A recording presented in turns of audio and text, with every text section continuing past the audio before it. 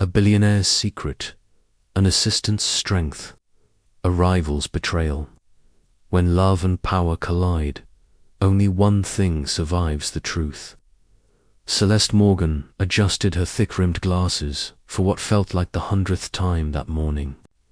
As she hurried across the gleaming marble lobby of Castellano Industries, her oversized grey cardigan hung loosely on her slender frame, and her dark hair was pulled back into the same tight bun she wore every single day. At 26, she had mastered the art of blending into the background, of being invisible. The elevator carried her to the 52nd floor, the executive suite, where she had worked as the personal assistant to Roman Castellano for the past 3 years. 3 years of being treated like nothing more than a fixture of the office. 3 years of watching the most powerful man in New York move through life without ever really seeing her. Roman Castellano stood at the floor-to-ceiling windows of his corner office, his broad shoulders outlined perfectly in a custom Italian suit. At 32, he commanded both respect and fear in equal measure. His piercing grey eyes missed nothing in the business world, yet they never truly registered the woman who managed every detail of his complicated life. Celeste knocked softly before stepping inside. Carrying his espresso and the day's itinerary, "Mr. Castellano," she said quietly, setting the cup on his desk beside the neatly prepared schedule. Roman glanced up only briefly, his gaze brushing over her without lingering.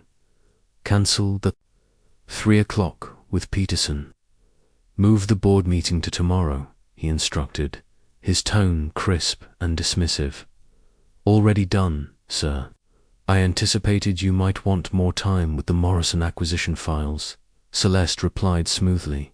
For a moment, Roman paused. Her ability to stay ahead of him always impressed him, though he rarely let it show. "Fine. Anything else that needs my immediate attention?" Celeste hesitated, tightening her grip on the leather portfolio she carried. "The Children's Hospital Charity Gala is tomorrow evening," she said carefully. "Your usual companion, Ms. Winters, cancelled this morning due to a family emergency. Would you like me to arrange for another escort?" Roman's jaw tightened. The annual gala was critical for maintaining his company's philanthropic image, and arriving alone would only stir unwanted gossip in the social circles that mattered to his business. "No need," Roman said after a long pause, his voice steady as if he had just made an unshakable decision. "You'll accompany me," Celeste almost dropped her portfolio. "I'm sorry, sigh. Don't think I heard correctly." "You heard perfectly." His tone was calm but firm. "You know my business, understand the deals we're working on, and can hold your own in any conversation that might arise. It makes perfect sense." The matter sounded settled, though he still hadn't actually looked at her. "Double quotes, sir," she whispered, her cheeks warming. "I don't own anything even close to appropriate for such an event. The gala attracts the city's elite." "I would never," Roman cut her off. "Take the corporate card. Buy whatever you need. Consider it a work expense." At last, he turned to face her, his expression cool and unreadable. "I need someone competent by my side, not another shallow socialite who only cares about being photographed." That afternoon, with the card weighing heavily in her purse, Celeste stood hesitantly outside Bergdorf Goodman. She had never spent more than $50 on a single piece of clothing in her entire life. Just stepping through the revolving glass doors made her pulse quicken. "May I help you?" asked a perfectly polished sales associate named Miranda, her professional smile hiding a flicker of surprise at Celeste's modest appearance. "I need something for the Children's Hospital Charity Gala tomorrow night," Celeste managed, her voice no louder than a whisper.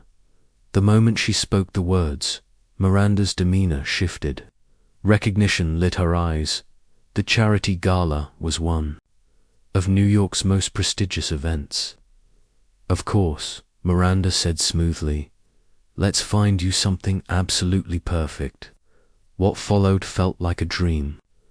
Hours passed as Miranda guided her through racks of couture. At last, she chose a midnight blue, gown-sleeked silk that shimmered under the lights, elegant yet breathtaking. The dress hugged curves Celeste had spent years hiding under cardigans and shapeless skirts. And now, Miranda said with a triumphant smile, the finishing touches. She swept Celeste toward the accessories department, pairing the gown with delicate jewelry and heels that made her feel like she was standing taller than she ever had before. The hidden beauty was beginning to emerge. The next morning, Celeste did something she had never done in 3 years. She called in sick. Instead of walking into the office, she walked into one of Manhattan's most exclusive salons, Miranda's personal recommendation.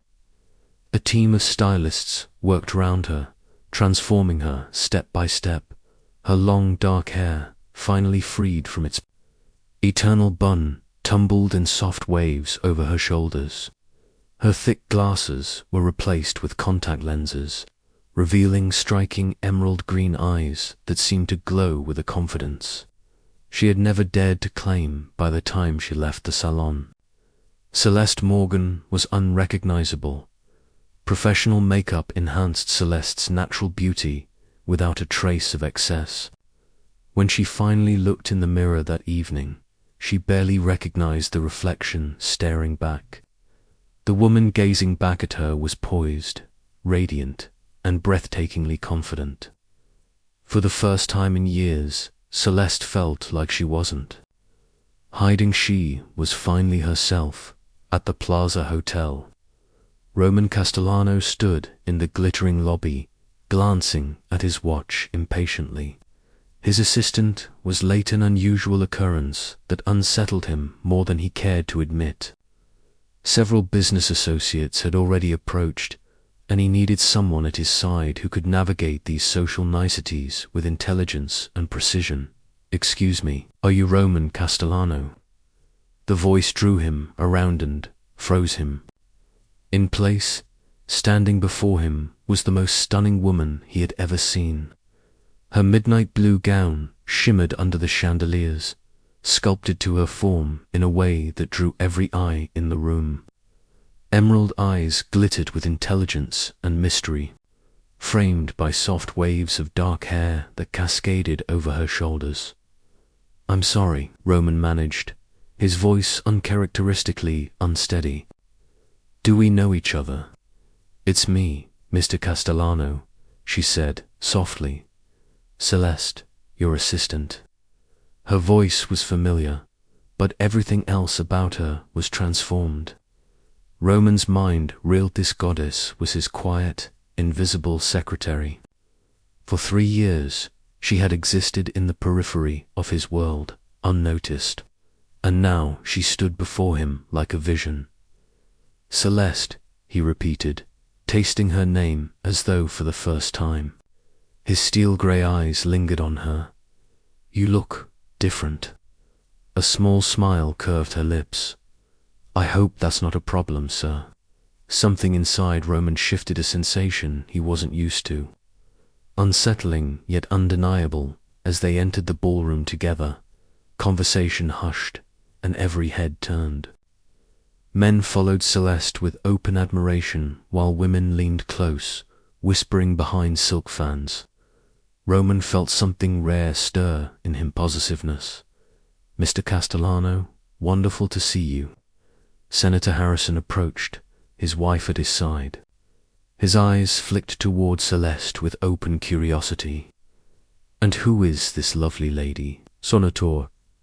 Harrison, Roman said smoothly, his hand instinctively finding the small of Celeste's back. The brief contact sent a jolt of electricity through them both. "Allow me to introduce Celeste Morgan, my companion for the evening." Celeste smiled graciously. immediately engaging the senator's wife in conversation about the hospital's new pediatric wing. Her intelligence, charm, and warmth were undeniable qualities, Roman realized. With growing fascination, he had overlooked for far too long. Throughout the evening, he could not tear his eyes away from her. Every word, every graceful movement, drew him in further. For the first time in years, the untouchable Roman Castellano found himself captivated. This had never been just about the gown, the makeup, or the salon. Celeste's true transformation was deeper. She carried herself with quiet confidence, spoke with wit and intelligence, and held the attention of an entire ballroom without even trying. She was everything Roman Castellano had never known he wanted. In a woman, when the orchestra began its first notes, Roman did something he hadn't planned. He extended his hand. "Would you care to dance?" Celeste hesitated, just for a moment, before slipping her hand into his. He led her onto the dance floor, drawing her close as the music surrounded them. Her subtle perfume teased his senses, and for the first time, Roman allowed himself to breathe her in. "You're full of surprises tonight," he murmured near her ear. "I'm the same person I've always been, Mr. Castellano," Celeste replied softly. "Perhaps you're just seeing me for the first time." Her words struck him like a revelation. How had he been so blind? For 3 years, she had been there, competent, loyal, discreet, and yet he had overlooked the extraordinary woman behind. The cardigans and glasses. As they swayed, Roman found himself studying every detail of her face. Her emerald eyes shone with intelligence, compassion, and a spark of mischief he had never noticed before. "Tell me about yourself, Celeste," he said at last. "The real you, not the assistant who brings me coffee every morning." Celeste laughed, a sound so free and genuine that it startled him. The sound was like music in itself, tugging at something buried deep within him. "There's more to discover than you might imagine, Mr. Castellano," she said with a knowing smile. The night unfolded like a dream. For the first time, Roman Castellano felt the walls of his carefully constructed world begin to crack. He was captivated, drawn in by a woman who had been right in front of him all along. And though neither of them yet realized it, their lives were on the verge of changing forever. The transformation was complete, but the journey had only begun. Monday morning brought an unusual tension to Castellano Industries. The hum of phones, the chatter of staff, the click of heels on polished floors, it was all the same. And yet, something was different. Celeste sat at her desk, back in her familiar oversized cardigan and thick-rimmed glasses. To the outside world, she looked as she always had. But inside, everything had shifted. She no longer felt invisible, and Roman Castellano felt it too. From his corner office, his steel-grey eyes sought her again and again throughout the morning, lingering in ways they never had before. The man who had once overlooked her now found it impossible to look away. Roman found himself studying Celeste, as if truly seeing her for the very first time. All morning, he emerged from his office under flimsy pretenses: an extra document, a clarification, a signature. Each time, the air between them seemed charged, as though some invisible current had taken root. When he passed her a folder, their fingers brushed. The spark was undeniable. "Celeste," he said during one of these encounters, his voice softer than usual, "about Saturday night." "It was a lovely event, Mr. Castellano. The hospital raised substantial funds," she replied quickly, her tone professional. But the faint pink in her cheeks betrayed her. Roman leaned closer, lowering his voice. "That's not what I meant, and you know it." Before Celeste could respond, The elevator chimed. The doors slid open to reveal Vincent Morrow, Roman's fiercest rival and former college roommate. Vincent was everything Roman was not: charming, smooth-talking, and dangerously persuasive. His reputation for ruthless takeovers was rivaled only by his reputation with women. "Roman, my old friend," Vincent said with a smile that didn't reach his calculating blue eyes. "I hear you made quite the impression at the charity gala. Word is, your mysterious companion stole the show." Roman's jaw tightened. "Vincent, what brings you here uninvited?" "Business, of course." Vincent's gaze flicked around the office before landing on Celeste. His eyes lingered far too long, and his smile sharpened. "And who might this lovely assistant be?" "Celeste Morgan," Roman said curtly. "My personal assistant." Vincent's expression shifted: recognition, interest, and something more. "Dangerous? Ah, the very same assistant who accompanied you to the gala. I must say, the photographs in this morning's society pages hardly do you justice, Miss Morgan." Celeste's stomach dropped.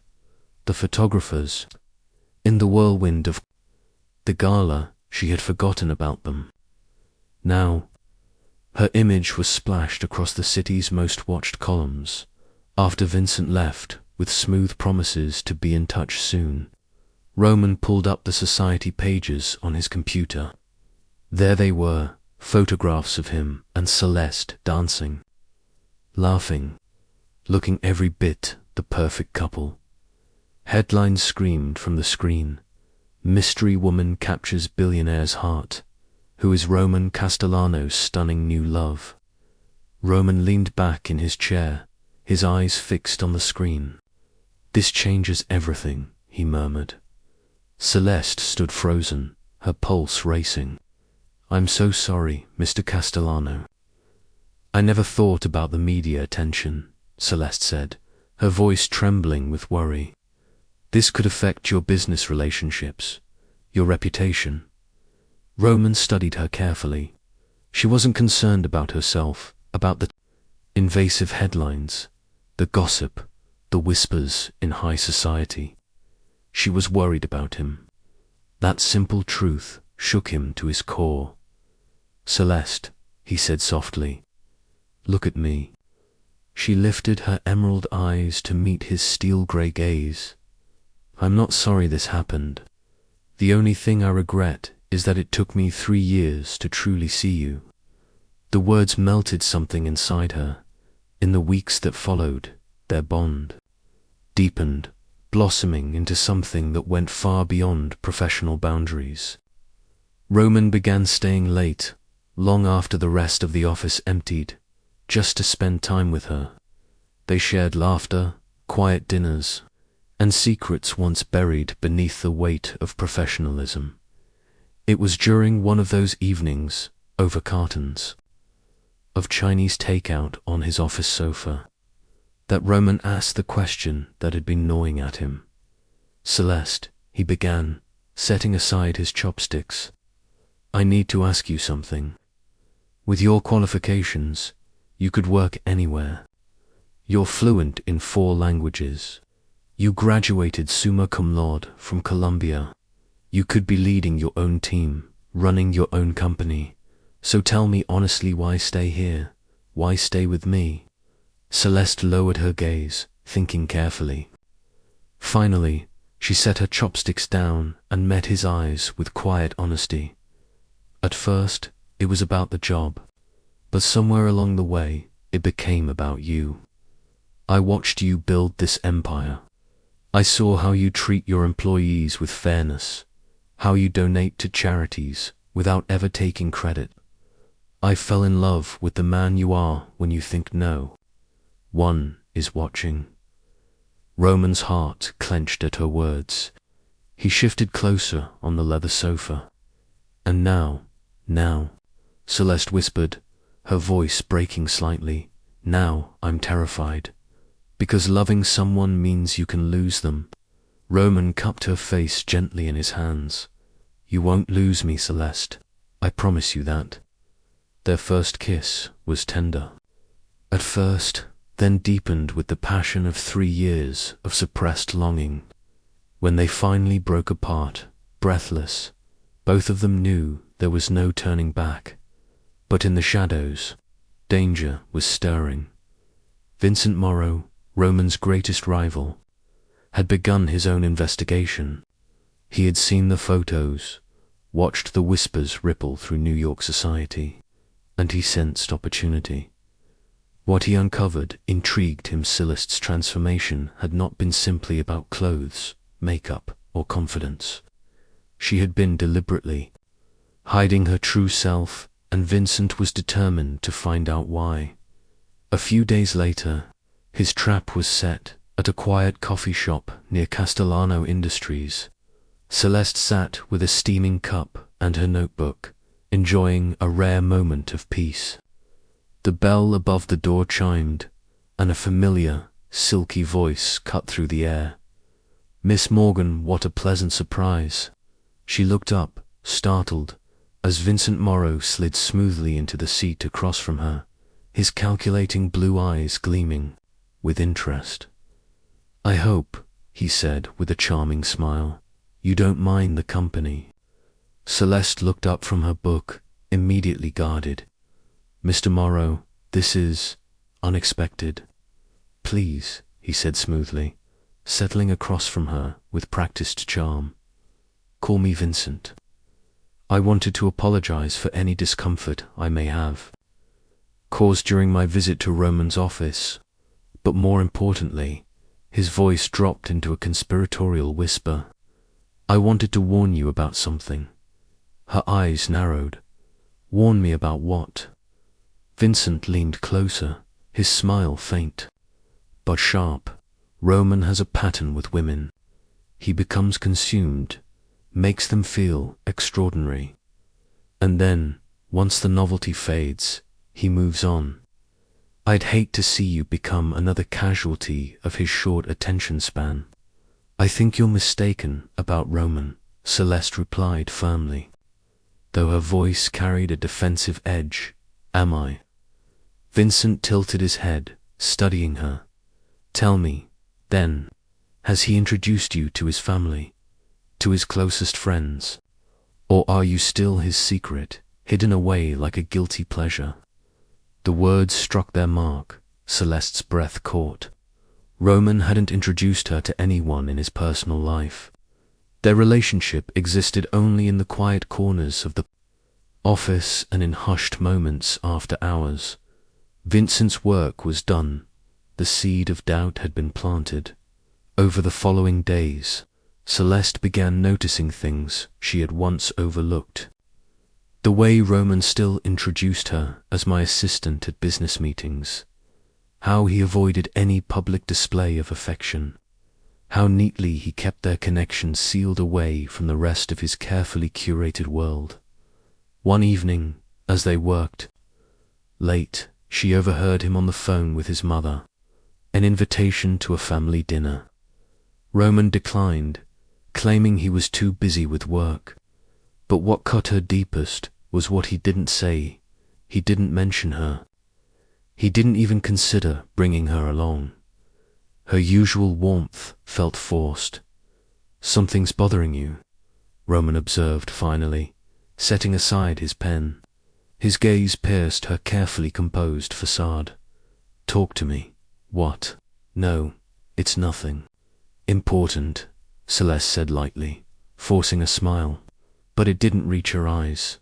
"Celeste," Roman said quietly, "I know when you're lying. After 3 years of working together, and these past weeks of being whatever we are, know your tells." Her defenses crumbled. Vulnerability welled in her emerald eyes as she whispered, "What are we, Roman? Really? Because from where I sit, I'm still just your assistant, who you happen to kiss after hours." Roman felt a cold weight sink into his stomach. "Not true, isn't it?" she pressed. "You haven't told anyone about us. I'm still a secret you keep locked away in this office." When we're out in public, I'm your assistant. When we're alone, her voice faltered. I'm not sure what exactly. The words hung between them, heavy and dangerous. The tension reached its breaking point days later when an embossed envelope arrived at Roman's desk, an invitation to the wedding of one of his closest college friends. It would be a high-profile affair, overflowing with New York's elite, and swarmed by the media. Roman turned the invitation over in his hand, feeling Celeste's eyes on him. He realized, with a jolt of unease, that this event would force a choice: continue to keep her hidden in the shadows of his world, or step into the light with her at his side, no matter the cost. Friday evening settled over the executive suite. Like a storm cloud, the polished glass walls reflected the fading skyline, but inside, the silence between them was louder than the hum of the city. Roman had kept his distance all day, buried in calls and correspondence, his tone clipped, his focus fixed anywhere but on her. He spoke to Celeste with the cold efficiency of an executive, and his assistant no trace of the man who once lingered over her smile. Celeste matched his detachment. Her voice was precise, her notes flawless, her tasks completed with unshakable professionalism. But the warmth, the laughter, the soft moments they had stolen was gone, replaced by an icy courtesy that cut deeper than any argument. As the clock crept towards 7, Roman gathered his things for the Davidson wedding. His tuxedo hung ready in its garment bag, immaculate and waiting, while Celeste sat at her desk, eyes fixed on her computer screen. He paused by the doorway. For the briefest moment, it seemed as if he might say something, might bridge the gulf that had opened between them. But then he only adjusted his cufflinks and reached for his keys. That was when Celeste made her decision. Her chair slid back with deliberate grace. Roman, he turned, hand still on the doorknob, surprised at the steel in her voice. I can't do this anymore, she said softly, but each word landed with the weight of finality. I won't be your secret, your afterthought, your shadow. If you walk out that door tonight without choosing meal, lose me. Roman's chest tightened. He saw the resolve in her emerald eyes, the quiet fire of a woman who had given him her heart but refused to be half-loved. Celeste, his voice broke on her name, torn between fear and desire, duty and longing. But her expression told him this was no longer a negotiation. It was the moment of truth. The stage was no longer simply set. The curtain was rising. Celeste's breath caught. The man before her wasn't the untouchable tycoon who commanded boardrooms and silenced rivals with a glance. He was just a son, broken by loss, terrified of love's power to destroy. Her fingers tightened around the resignation letter, but suddenly it felt heavy, almost absurd, in her hand. Roman, she whispered, the edge in her voice softening. He stepped closer, desperation etched across his face. Don't you see? If I bring you into every part of my life, if I make you my world, then you have the power to shatter me. And I don't know if I could survive that. Tears stung her eyes, not from weakness, but from the aching honesty between them. You already made me your world, Roman, Celeste said, her voice trembling. The difference is you've kept it locked away, hidden in shadows. That's not love, that's fear. And fear will destroy us faster than loss ever could. Roman's hand brushed against hers, tentative, pleading. I can't lose you, Celeste. Not to Vincent. Not to anyone. She looked at him steadily, emerald eyes glistening but resolute. Then you'd better decide if you're ready to love me in the light, Roman Castellano, because I won't stay in the dark any longer. The resignation letter still hovered between them, the symbol of escape, of betrayal, of freedom. But it was also a test. Roman could let her walk out that door, or he could finally step into the fire with her. No matter the cost, the silence that followed wasn't empty. It thrummed with the weight of a choice that would change everything. Hands trembled at her sides. Roman had finally given her everything she'd ever wanted, love in the open. A promise of forever, and within seconds, Vincent was ripping it all away. Roman's gaze never wavered from his rival. You think you can blackmail me with boardroom games? You forget, Vincent, I built this company with my blood. You'll never take it from me. Vincent smirked, eyes glittering with malice. Passion makes men sloppy, Roman. While you've been distracted with your little office romance, I've been tightening the noose. Monday morning, you'll be out, and Celeste, she'll be sitting at my right hand, where the world can finally see her. Over my dead body, Roman growled, fists clenched. Careful, Vincent sneered. That can be arranged. Celeste stepped between them, her voice steady despite the storm raging inside her. Enough. This isn't about shares or contracts, Vincent. This is about power. You don't want me, you just want to use me as a weapon against Roman. Vincent's smile didn't falter. And you'd rather be his hidden mistress. At least with me, you'll have a title, authority, respect. Roman's jaw tightened, but before he could respond, Celeste turned to him. Roman, I can't be the reason you lose everything you've built. If being with me costs you Castellano Industries. Roman seized her hand, his voice fierce. Celeste, listen to me. You are not my weakness. You're my strength. Vincent can take the board, the company, the money. I'll build it all back. Again from nothing if I have to. But I will not lose you. For the first time, Vincent's smirk faltered, replaced by a flash of irritation. Roman pulled Celeste close, his words ringing with defiance. So go ahead, Vincent. Play your games. Call your vote. But understand, this you may win the boardroom, but you'll never win her heart. And without that, you'll never truly beat me. The air crackled with unspoken war. Celeste realized in that moment this wasn't just a love story anymore. It was a battle for everything. Love, loyalty, legacy, and Monday morning would decide it all. Aren't you, darling? Celeste's voice rang steady as she looked between the two men. Roman, who had finally opened his heart to her, and Vincent, offered power and security, but only through lies and manipulation. For a moment, she thought of the timid woman she had been, the one who hid behind thick glasses and oversized clothes. That woman was gone. In her place stood the confident woman who knew her worth. You're right, Vincent, Celeste said softly. I did sign your contract.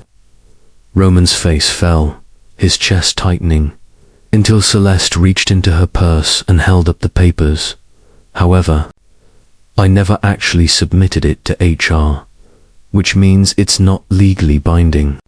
With deliberate calm, she tore the contract in half and let the pieces flutter to the floor. Vincent's confident smile faltered. And one more thing, Celeste added, her voice growing sharper. I recorded our entire conversation yesterday. You tried to convince me Roman was ashamed of me. She held up her phone, the red recording icon glowing like a weapon. Industrial espionage, attempted sabotage, harassment, all neatly documented. Vincent's mask slipped, his face twisting. In fury. You little, watch your mouth, Roman cut in, stepping protectively in front of her, his voice dangerous. But Celeste wasn't finished. She tilted her head smiling sweetly.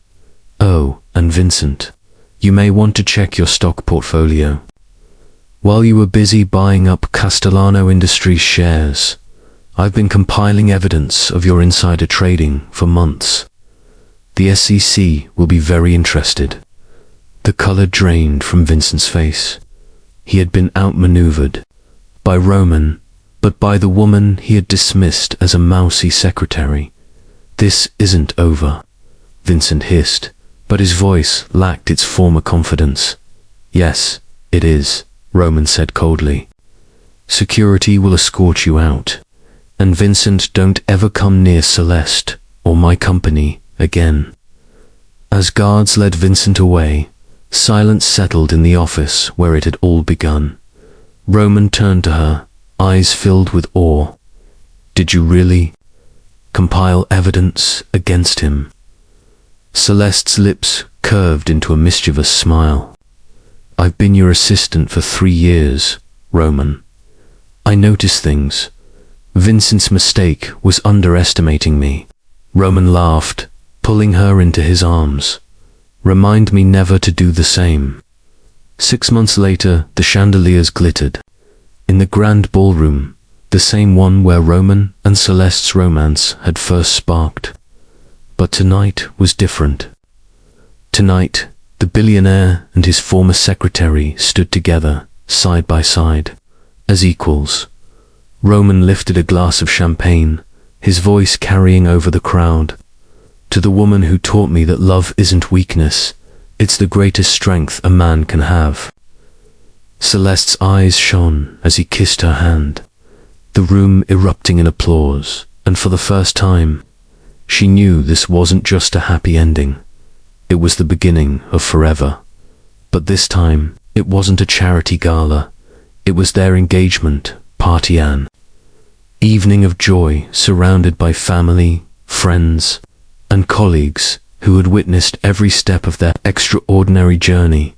Celeste wore a breathtaking emerald gown that brought out the glow in her eyes. Her hair fell in soft, elegant waves, no longer hiding the woman she had once kept in the shadows. She had learned to embrace her beauty inside and out. As the orchestra began to play, Roman pulled her close, leading her onto the dance floor. "Any regrets?" he murmured, his gaze locked on hers. "Only one," Celeste teased, smiling up at the man who had become her everything. Roman raised a brow. "And what's that?"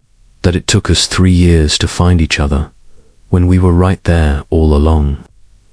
Roman spun her, laughter bursting from his chest, the kind of joy that only comes when the heart is finally free.